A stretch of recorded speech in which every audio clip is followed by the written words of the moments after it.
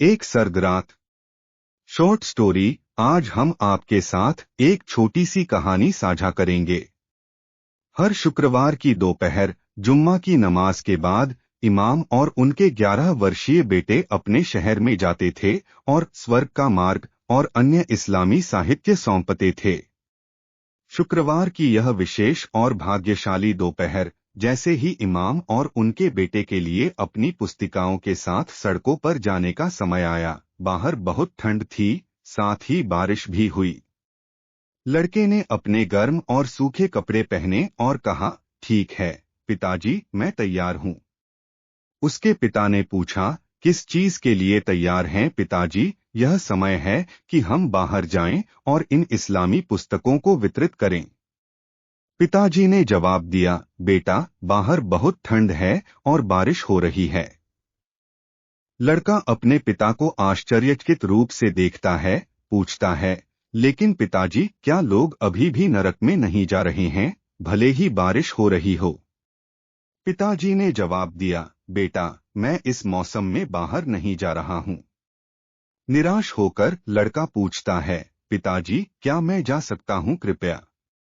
उसके पिता एक पल के लिए हिचकिचाए और फिर बोले, बेटा, तुम जा सकते हो। यहाँ पुस्तिकाएं हैं। सावधान रहना बेटा। थैंक्स पापा। और इसके साथ वह बारिश में बंद और बाहर था। यह 11 वर्षीय लड़का शहर की सड़कों पर घूमता था, घर घर जाता था और गली में मिलने वाले सभी लोगों को एक पुस्तिका या पुस्तिका सौंपता था। बारिश में 2 घंटे चलने के बाद वह भीग रहा था, हड्डी ठंडा गीला, और नीचे अपनी आखिरी पुस्तिका के लिए। वह एक कोने पर रुक गया और किसी को पुस्तिका देने के लिए देखा, लेकिन सड़कें पूरी तरह से सुनसान थीं। फिर वह पहले घर वह देखा की ओर मुड़ गया और सामने के दरवाजे के लिए फुटपाथ शुरू कर दिया और दरवाजे की घंटी बजाई। उसने घंटी बजाई, लेकिन किसी ने जवाब नहीं दिया। उसने बार बार फोन किया, लेकिन फिर भी किसी ने जवाब नहीं दिया। उसने इंतजार किया, लेकिन फिर भी कोई जवाब नहीं दिया। अंत में वह जाने के लिए मुड़ा, लेकिन कुछ ने उसे रोक दिया। फिर से वह दरवाजे की ओर मुड़ा और घंटी बजाई और अपनी मुट्ठी से दरवाजे पर जोर से दस्तक दी। वह इंतजार कर रहा था, कुछ उसे सामने के बरामदे पर पकड़ रहा था। उसने फिर से घंटी बजाई और इस बार दरवाजा धीरे धीरे खुला। द्वार पर खड़ी एक बहुत उदास दिखने वाली बुजुर्ग महिला थी।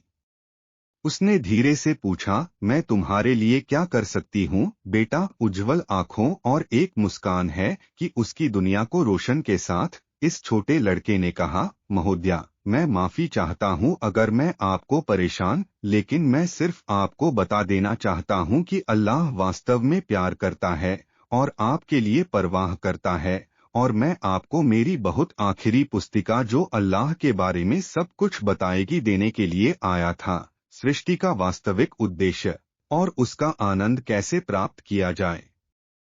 इसके साथ ही उसने उसे अपनी आखिरी पुस्तिका दी और जाने के लिए मुड़ा। जाते ही उसने उसे पुकारा, थैंक यू बेटा, और भगवान आपका भला करे। अगले हफ्ते शुक्रवार दोपहर जुमे की नमाज के बाद इमाम कुछ लेक्चर दे रहे थे। व्याख्यान समाप्त करते हुए उन्होंने पूछा, क्या किसी के पास प्रश्न है या कुछ कहना चाहते हैं? धीरे धीरे महिलाओं के बीच पिछली पंक्ति में स्पीकर पर एक बुजुर्ग महिला की आवाज सुनाई दी, इस सभा में कोई भी मुझे नहीं जानता। मैं यहाँ पहले कभी नहीं गया हूँ। आप देखते हैं, पिछले शुक्रवार से पहले मैं मुस्लिम नहीं था और सोचा था कि मैं हो सकता हूँ। कुछ साल पहले मेरे पति की मृत्यु हो गई, मुझे इस दुनिया में पूरी तरह से अकेला छोड़ दिया।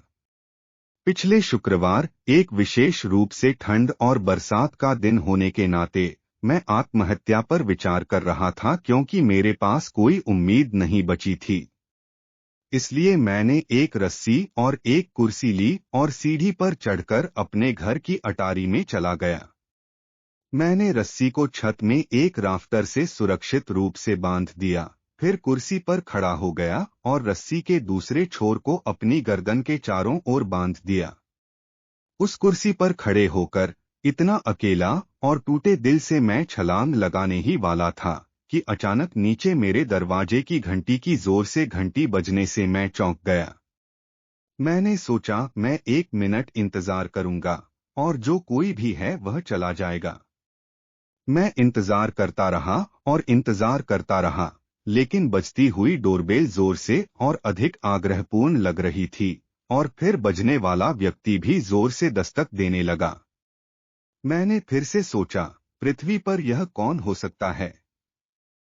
कोई भी कभी मेरी घंटी नहीं बजाता है या मुझसे मिलने नहीं आता है। मैंने अपनी गर्दन से रस्सी को ढीला कर दिया और सामने के दरवाजे की ओर चल पड़ा, जबकि घंटी जोर से और जोर से बजती रही। जब मैंने दरवाजा खोला और देखा तो मुझे शायद ही अपनी आंखों पर विश्वास हो रहा था, क्योंकि मेरे सामने के बरामदे में सबसे उज्ज्वल और दिव्य छोटा लड़का था जिसे मैंने कभी अपने जीवन में देखा था। उसकी मुस्कान को मैं आपको कभी इसका वर्णन नहीं कर सकता। उसके मुंह से निकले शब्दों ने मेरे दिल को जीवन में छलांग लगाने के लिए प्रेरित किया, जो लंबे समय से मर चुका था, क्योंकि उसने करूब जैसी आवाज के साथ कहा, मैम, मैं सिर्फ आपको यह बताने आया हूं कि अल्लाह वास्तव में आपसे प्यार करता है और आपकी परवाह करता है।